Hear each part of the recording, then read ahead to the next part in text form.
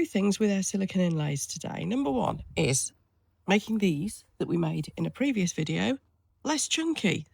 I had to make them chunky so that I could get them out of the mould without tearing them. So that's our first part of today's video, and the second part will be making more silicone inlays out of some really random things. I must say a big thank you to Let's Resin. They have provided the silicone, which is, you know, it's the only one I use really, and of course their lovely resin. Now I'm mixing up some of the one-to-one. Hang on, let me just show you. It is this one.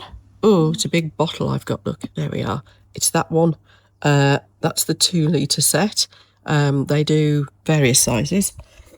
It's a lovely, easy to use resin.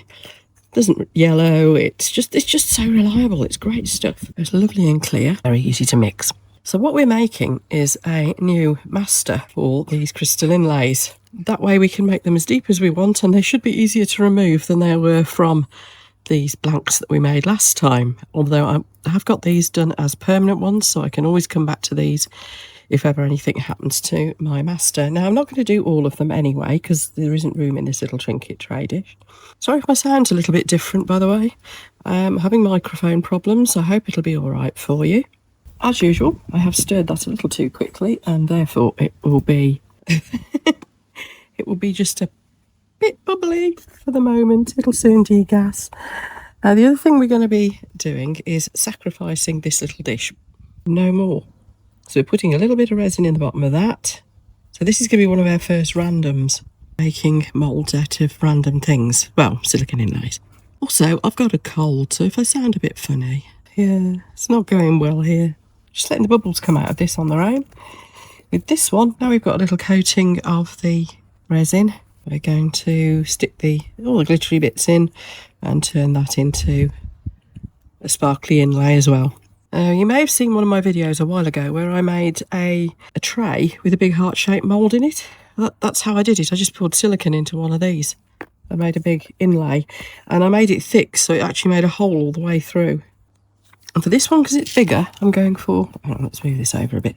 Because it's bigger, I'm going for chunkier glass. Thought we'd try this camera angle for a change. Thought maybe you'll be able to see better what I'm doing. I don't know. Let me know. Let me know what you think, everyone. So again, it's smashed up mirror pieces. And in case there are any gaps in that, I am going to put a bit of the finer one in as well. Just pat it all down. And again, we're going to be shaking that off into a pot afterwards. So I'm going to end up with a really random pot of broken glass. There we go. Just going to let that cure. That's the same process as what we've been doing with all the other things. Now, the bubbles are coming out of this quite nicely, all on their own, which is great. So you know you've got a good resin, isn't it? Now what we're going to do is run a torch over it just to make sure and get the last of those bubbles off. You do want to make sure that any bubbles that have come to the surface are all nicely popped, like so. Easiest way probably is the long neck lighter. You're not going to worry about scorching your mould too much with one of these. I know it doesn't really matter because we're not really making a trinket tray as such here, but I am going to lift out the bubbles around the rim. What we're going to do is put the inlays in just as we would if we were actually using them seriously, as an actual make. I'm ended up with 2 of those because the chunkiness of the one. That's the better of the rabbits. The first one, because the silicone was a bit thinner.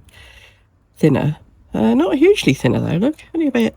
I managed to tear the ear trying to get it out. The glass, because it's such fine detailed glass that I've used, it really gripped the silicone. It was very hard to get it out. So just making sure these don't touch. Other than that, there's no design or anything going on here because we are just making a new master effectively.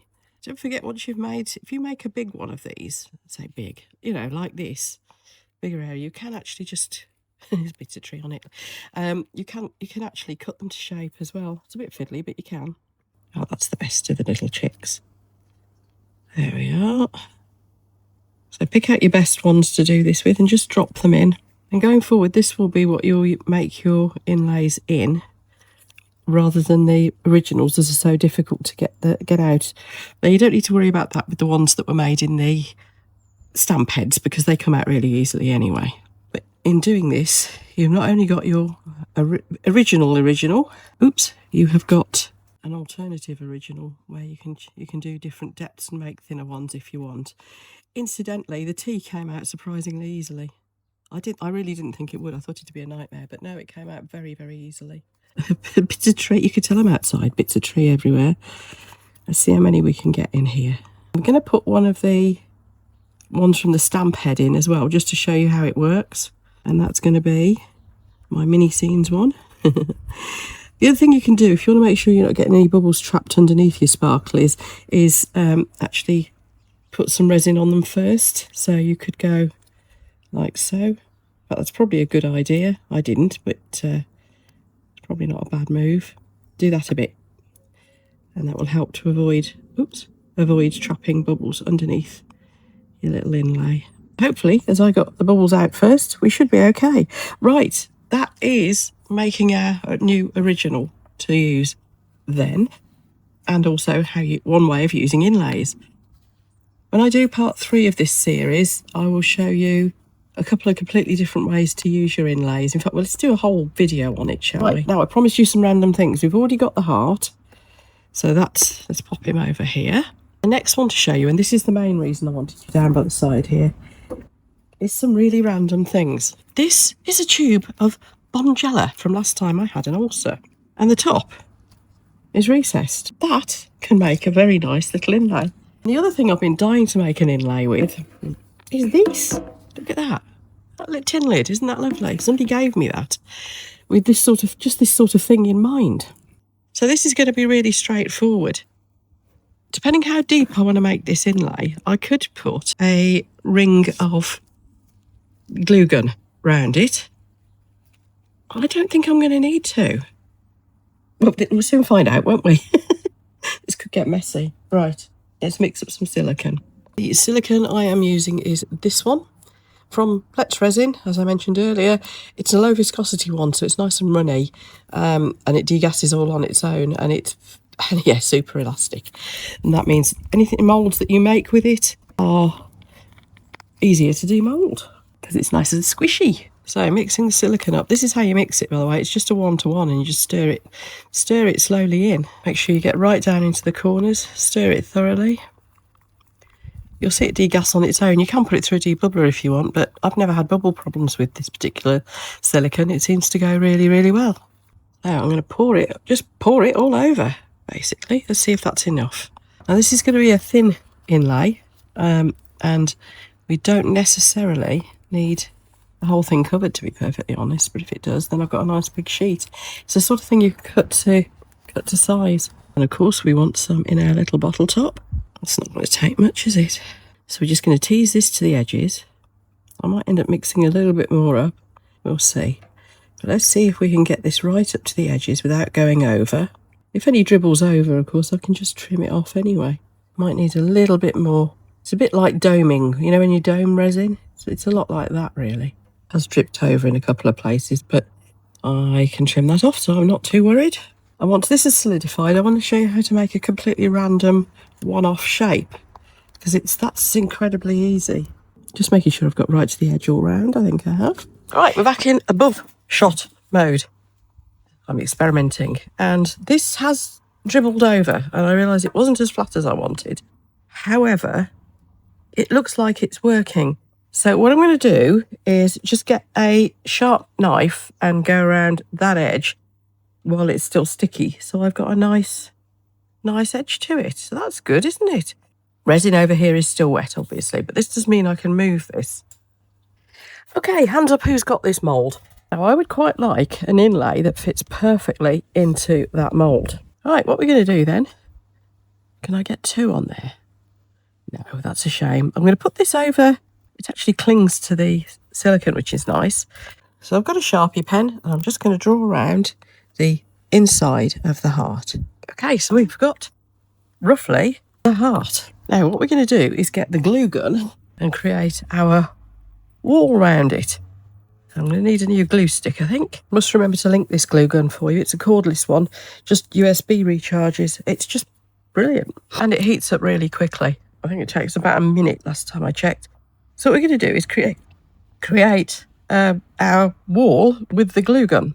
And then, of course, we're going to fill it with crystals and things like that. So I'm probably going to need to build up the glue, like a couple of layers. There we go. That's charged up already. It's been less than a minute. So get the stringiness. This is the only thing I hate about glue guns, is the stringiness. Right, we are going to build a wall around here, and we're going straight over the line because I am going to want it to be slightly smaller. Now, there's going to be a bit of a messiness in the middle. That doesn't, because there just is. So what we're going to do is build it up a couple of more layers. We can clean up the stringiness afterwards, but of course we're going to bury the stringiness anyway, aren't we? I'm making a bit of a mess of this, but it will work. It will work. I'm not very good with a glue gun. Oh dear. Just want to kind of build it up to give it a bit more height. There, hopefully that should be near enough. And yes, I know, I've made an almighty mess.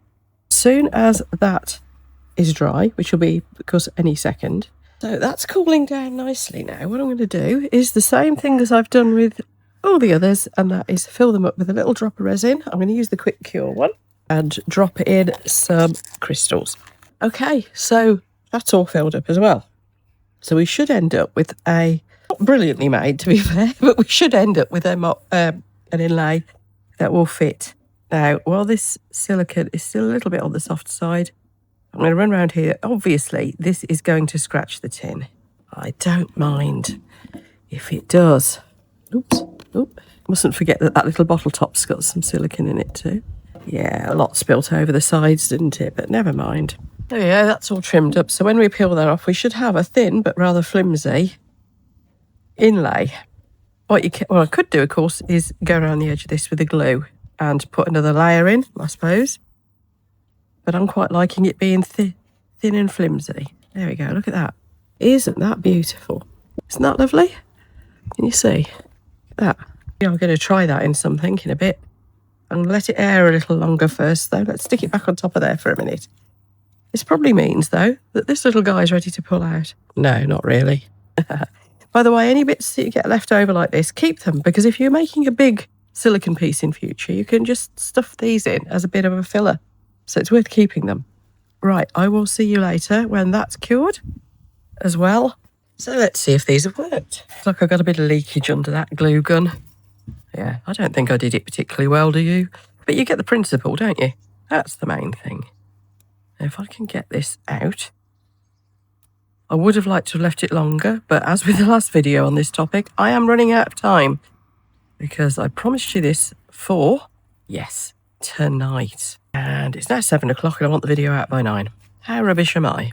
So it's going to be a bit scruffy around the edges because I didn't do the glue terribly well, did I? But you get the idea. Now that is a slightly funny shape. I'm sure we can trim it a little bit, but it will fit into the top of our hearts. Yes, I could have done that far more neatly. I could have done a much more professional job of it, but it'll do. It'll do. You get the idea, which is what I was after. And this one, this will have a neat edge, won't it? Getting it out will be the fun thing, although the sloped size of the little pot will definitely make that easier, as will my solitary short nail. I think I'm going to have them more short for a while because I want to do a bit of a masterclass on jewellery findings. And they are really hard with nails there. So that's it. I can lift them with the long nails. Actually pulling it out is easier with the short nail. Ta-da! That one's come out perfectly, hasn't it? A few little bits of glass still stuck in there.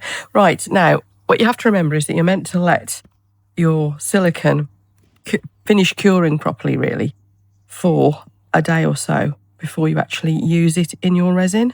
I was going to try and get these out for you today. However, as it's cooled down here now, so I can stop moaning about the heat. The resin, although it's touch dry, it's still bendy, so we'll leave it. But you get the idea. And we will be making a follow-up video to this as well, showing you how to use these inlays. This was intended to be one big video, but I think we're going to end up with 3, possibly 4.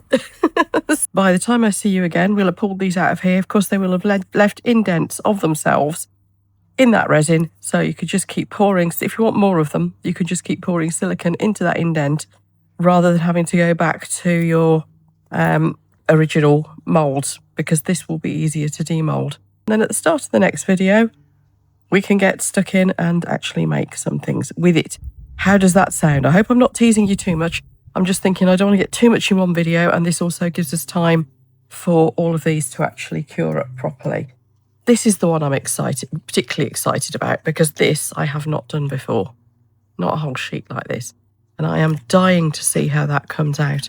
So if you're watching this on the day of release, it's on a Tuesday.